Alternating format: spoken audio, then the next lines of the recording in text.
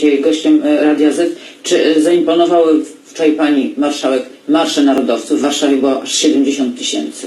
Mnie nie zaimponowało mi i to, że na tych marszach nie doszło do bardzo wielkich ekscesów, nie nastąpiły zniszczenia i nie było rannych policjantów, to nie znaczy, że ten marsz był w porządku. Nie podobały mi się hasła, nie podobał mi się sposób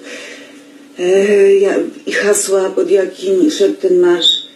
To, że nie było ekscesów chuligańskich, to jedno, ale jest coś niebezpiecznego w takich marszach, w takim przyzwoleniu na mówienie takich brutalnych słów.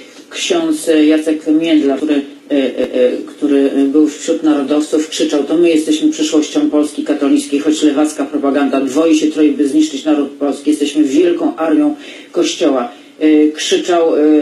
Krzyczał: nie chcemy w Polsce gwałtów, przemocy i terroru w imię Allaha. Lewacka, islamska agresja wymierzona jest w to, co chrześcijańskie i narodowe. Proszę zobaczyć, jakie poplątanie i pomieszanie pojęć i w ogóle straszna demagogia.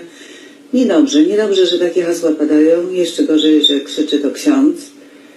Ale to jest chyba taki problem, z którym będziemy się musieli uporać, bo nie sądzę, żeby w następnym roku takich marszy nie było i nie może być na nie przyzwolenia społecznego. Znaczy ja chciałabym, bo żyjemy w wolnym kraju, żeby każdy mógł wychodzić na ulicę, mówić o swoich poglądach, przekonaniach, ale nie może nawoływać do właśnie takich aktów.